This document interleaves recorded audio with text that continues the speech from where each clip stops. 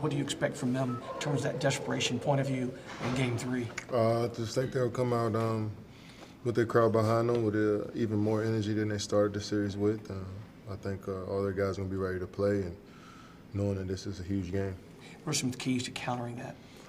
Just match, keep playing with a high level of intensity and energy, but mix that in with a lot of smarts and how IQ plays, and that should turn out for a great game. So, it's going to be one of those nights where both teams are going to want it so bad, and it's going to be a back and forth game. But we got to be ready to play for 48 minutes. You feel like the smarts are showing up the way you guys are making the best basketball plays?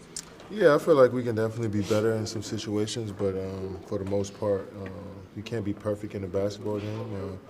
But I like that we're striving towards it. While watching film, while going over sets in practice, we try to reach perfection, and I think that's only going to make us better. One thing the Rockets talked about a lot today was the effort y'all play with. Where does that come from? The leadership, experience? How do you guys play with that drive every single game? I just think that's part of our identity especially since I've been here. And, obviously when Coach Curry got here, just the length that we have on the defensive side of the ball, switching, that takes a lot of energy and effort to do.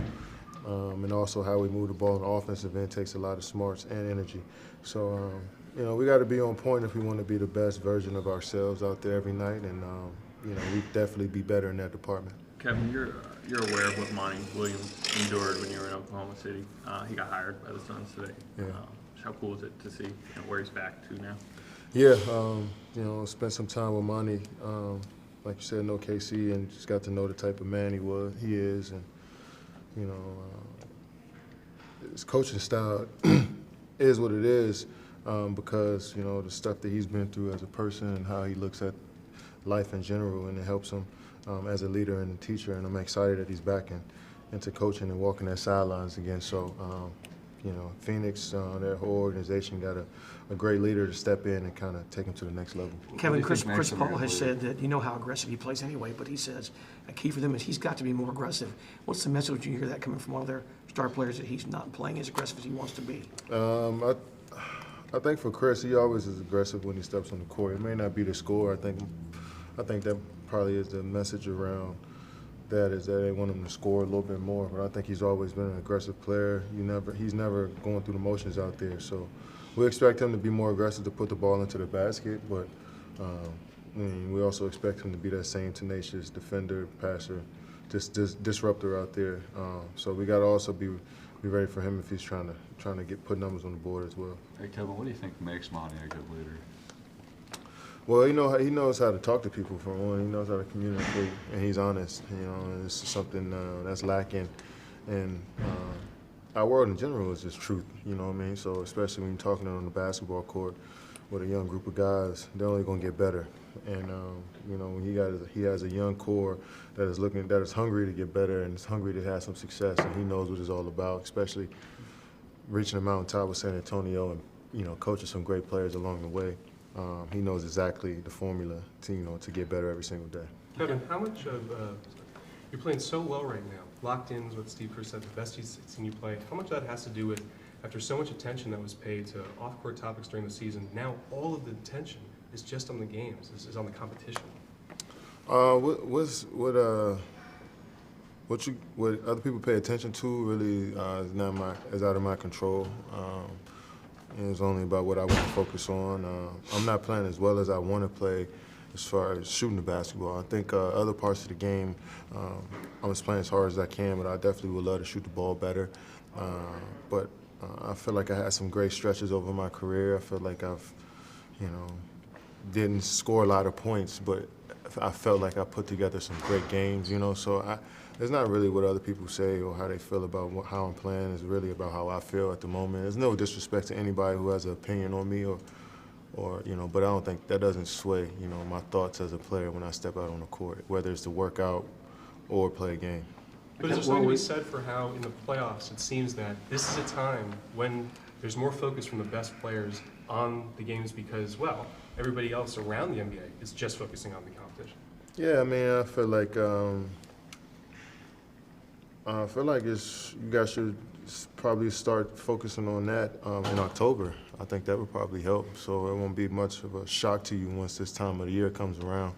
But it's so hard to focus on basketball for 6 months straight, you know, as a player, as an analyst, as a beat writer, as a fan, you know. But certain people do that, and I feel like a lot of players have that focus and mindset the second training camp starts. But a lot of people are late, and it looks like you're one of those guys that's just caught up. Hey, Kevin, what leaves you? what do you expect them to do to try to get more production from Capella? I think they are definitely going to continue to have him slip out of screens and slip to the basket and use his athleticism more, and we got to be aware of him roaming, especially for offensive rebounds. Hey, Kevin, what leaves you unsatisfied with your shot, even with how productive you've been?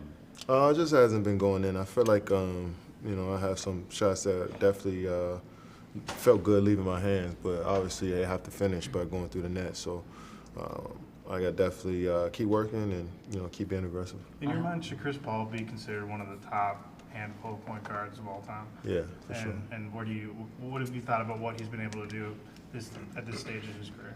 My view of success is more so longevity than it is just awards that you accumulate over your time. I think Chris Paul has been in the league for 14 years now, and he still affects the game the same way he did at the beginning of his career. So that longevity turns you into a Hall of Fame or a legend, in my opinion. How difficult is it to navigate the deny of the switches at the top of the key when James is calling for the screen and you got Iggy or you or Steph trying to just play cat and mouse to prevent that from happening?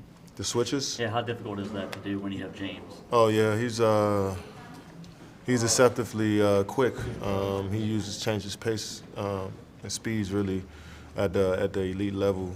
Probably is in the history of the game, I think, as far as slowing down, lower you to sleep, and then, you know, speeding up. So he uses that in the pick and roll. He uses that in isolation situations, and I think that throws defenders off when he's, you know, probing, doing boom, then he bursts to the rim, or, you know, stops on a dime and shoots a put-up three. So we have to be aware every second that he has the ball and be focused and be ready to, you know, to guard him. It's unstoppable. He's an unstoppable player, but you can definitely make it tough on him. Hey, Kevin, with cutting down on the turnovers in Game 2 and being on the winning end of shot attempts, what's the key in carrying that into Game 3?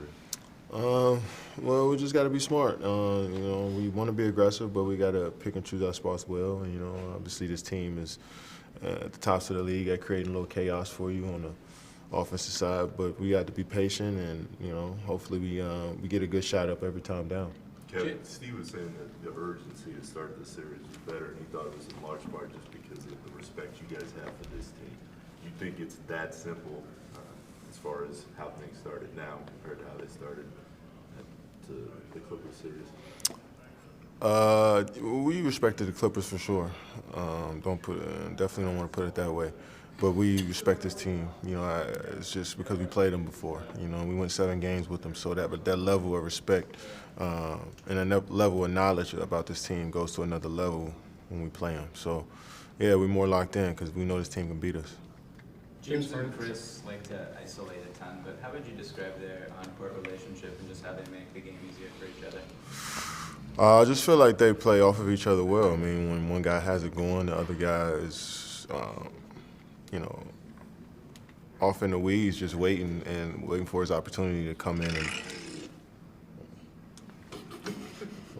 he's just waiting for the other guy, you know, when the other guy needs a breather. And I feel like that they have a perfect balance between the two. And I think not just them, but Mike D'Antoni, you could tell they have a nice relationship, and that's built over time about, you know, especially on where they want the ball and what rotations and players they want around them. So they're probably just constant communication between everybody in the organization, which breeds success. Kevin, James Harden said that the thing he admires about you is how hard you work, and that when he arrived at OKC, that it's actually one of the things he learned from you was like how important it was to get in the gym.